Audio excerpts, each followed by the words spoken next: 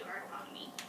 So, and then one thing that I'm really passionate about is ensuring growth for the future. I'll give you a little example. I have a 5-year-old little brother named Paul, and he's in preschool this year. And every week they have a letter. So on the P day, my mom brought in peaches for everyone. And she was so surprised because there were 4 children who had never seen a peach, didn't know what a peach was. And then there were several children who only had canned peaches, and they didn't know about fresh peaches. And so I think sometimes that is not being taught at home. People are unable to afford fresh fruit, or it's not a part of their diet, and these kids are growing up and they don't know about fruits and vegetables. So to me, and we've also heard, I don't think it's to this extent in Ozark County, but we've also heard of college-educated people who have been asked to help with a project for agriculture, and they ask them to go out and get some carrots, and they're looking up in the trees, or they don't know exactly where a carrot is from. And so, and I found it, with my generation, I'm 26 years old, with my generation and the ones before me, I think we just have a real disconnect with where our food comes from. So I want to kind of bring that back here in Ozark County. It's something that's always been a part of Ozark County, and I really don't want to see it fade away. Also with canning and making homemade bread and all those other great things we're known for, we want to keep that with the younger generations. So let me breeze through some of our initiatives. We have, like I said, we have a lot of big ideas, but these are the ones we're kind of putting to the ground right now. We want to connect local restaurants with local growers. This is something that's kind of come up since our first meeting, so we've just been talking through email about it, but Dennis has talked to a bunch of restaurants here in Ozark County, and they know that homegrown vegetables are better. They want to support the local growers, and so they want to buy some of our produce from local growers. So we've talked to 2 restaurants so far. We kind of want to organize that effort a little better to make sure we have enough growers to provide all this stuff before we branch out. But wouldn't it be great, to have a tomato or fresh lettuce or any of that stuff from a local grower? I think customers are going to like it, and I think the restaurants are going to be more successful, and like I said, it just goes back into the economy here in Ozark County. So we're also hoping we can make up like some signs or little window decals that we can put at each restaurant. So it'll say Ozark County Homegrown Food Project, we serve local, and a blank, and they can fill in whatever they have. So that's one. In that same effort, later down the road, we're going to try to do that local food hub. So we can either try to ramp up the farmer's market, and a lot of the producers I know, like the Classics who do the chicken, go to the Mount Home Farmer's Market. There's a lady in Wasola that does different meats and herbs and things, and she goes to Ava's Farmer's Market. And Willow Mountain Mushroom of Tecumseh, they go to the Springfield Farmer's Market. So I don't think they're going to give up going to those bigger markets just because there's not enough people here to offset that. But come up with this idea of market buddies, kind of a buddy system, where if someone who's growing, say I'm growing tomatoes and peppers and produce, and then Dennis has some chickens and bread that he's selling, I can sell Dennis's stuff with my stuff here in Gainesville, and then Dennis could sell my stuff and his stuff in Mountain Home. And that way we're hitting both markets, and everybody kind of wins out on that. The other idea that comes with this is Oregon County, Missouri, has this Oregon County Food Producers and Artisan Co-op.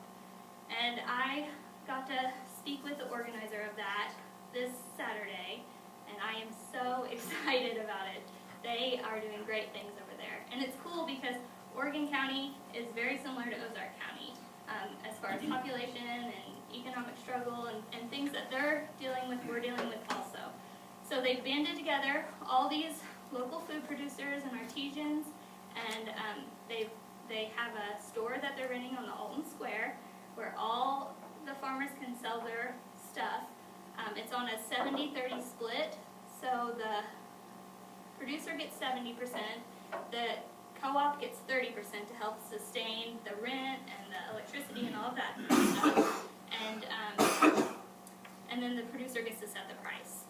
So it's really great.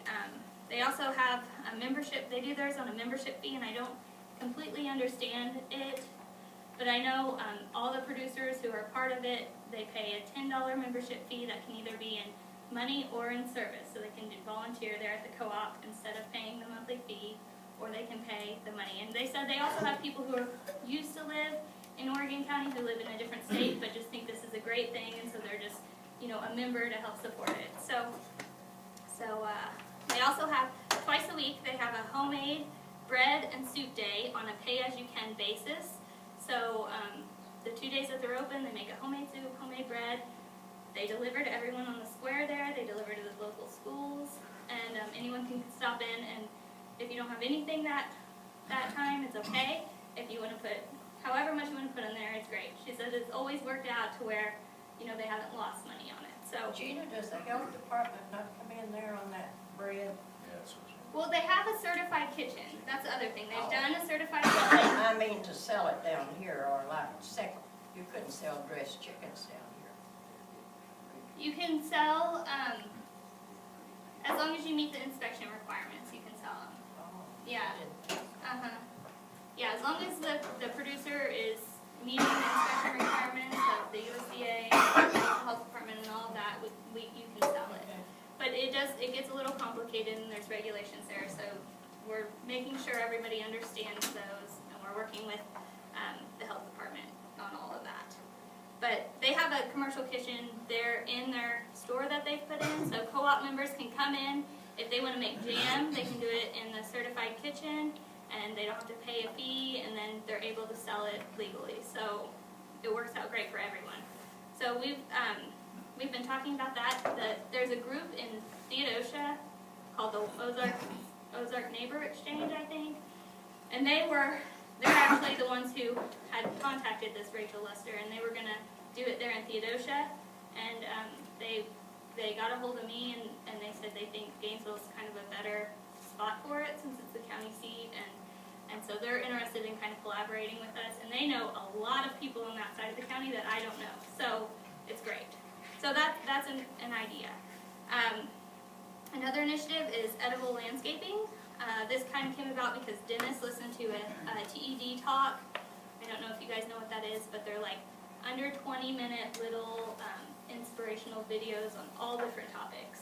But there was one on edible landscaping, and it was, I think her name was Pam Warhurst, and she lived in a town in England, and I can't remember where, but anyway, she worked with her small community group, and they started planting edible things around their town. So they made, instead of landscaping with flowers, they used, you know, edible herbs or greens, and it still looked really great, but it kind of gets your mind thinking about food, and it was open for anyone who wanted to eat it or wanted to come down and harvest it, more than welcome to do it.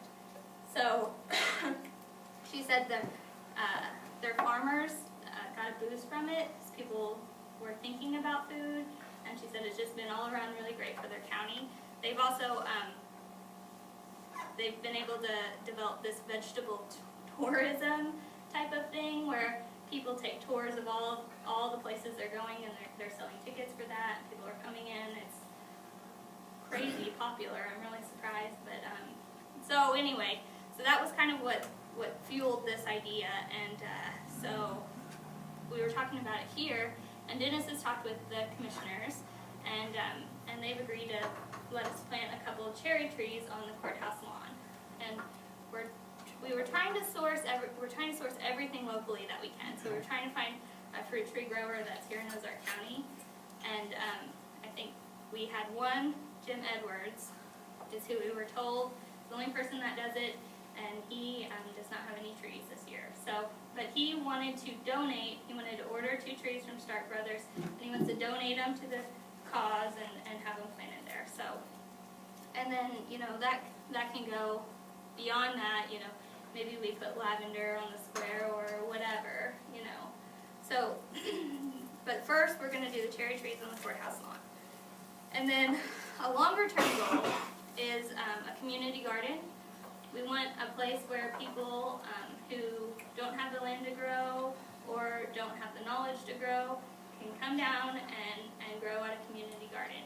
And there's this perfect spot right next to Dollar General to the west side that Janet and Stan Tabor own, and they have agreed to let us use that free of charge for the community garden when it comes up.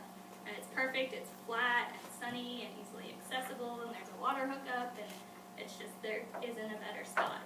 So we're really excited about that, but and we want to work with low-income people on a work basis rather than financial basis, so they don't actually have to put out any money for, we'll provide all the tools and the soil and the plants, and they'll come and volunteer for, instead of paying a financial thing. That way, I'm a big believer in working for what you get instead of just giving it away. So I think they'll have a sense of pride in it. They'll join in that community effort, feel the connection. So we also want to get children involved, and we want to get elderly involved who maybe can't keep up their own garden. So that's another initiative.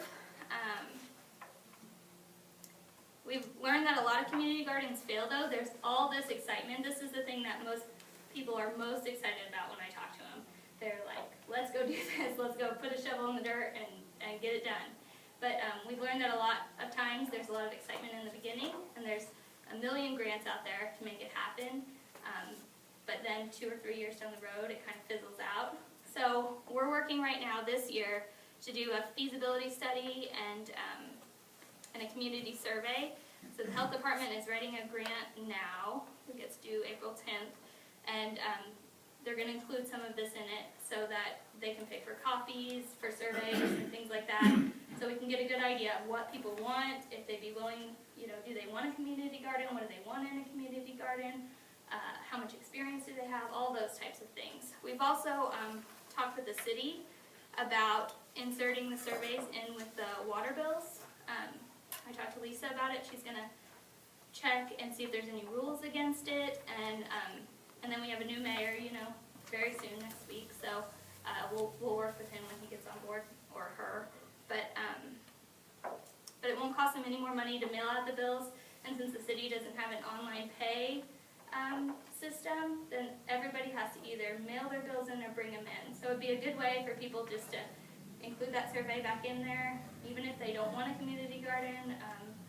We just want to know what people want. So, and we want a financial sustainability plan for the future. I don't like relying on donations, so we're trying to figure out a way to sell part of our harvest, or something that will bring money back into the account that, so we can buy our own mulch if we need to, or if donations are slim, we can financially sustain ourselves. So that's what we're working on then. We're also talking about, we're kind of seeing that as like a 10-mile radius of the site is kind of like what's feasible for people to come on a regular basis and work their gardens there. So we're also talking about working with people outside that radius, creating gardens at their house. If we can, get a tiller or tools, then we can bring all that stuff out, and as a group effort, we can go help people do it. And then we just want to help each other. We talked about growing our own food. So Dennis has a high tunnel he put up last year where you can extend your harvest. He's already harvesting spinach out of it. I don't know a lot about that, so we're talking about everybody come over to Dennis' house and see how this works. And then bring food while you're coming over. Bring food, yeah. And then we've also talked about doing workshops on if we can find a certified kitchen eventually, to do cooking classes to teach people how to cook and prepare all these foods, these local foods, and then also canning, homemade bread, homemade soap, all those other things. And so that's about it. So does anybody have any questions? Would you incorporate the farmers or whoever bringing things to the square anyway, and on Tuesday or whatever day they come? Mm-hmm. And then are you thinking about maybe renting a building where, if it's not good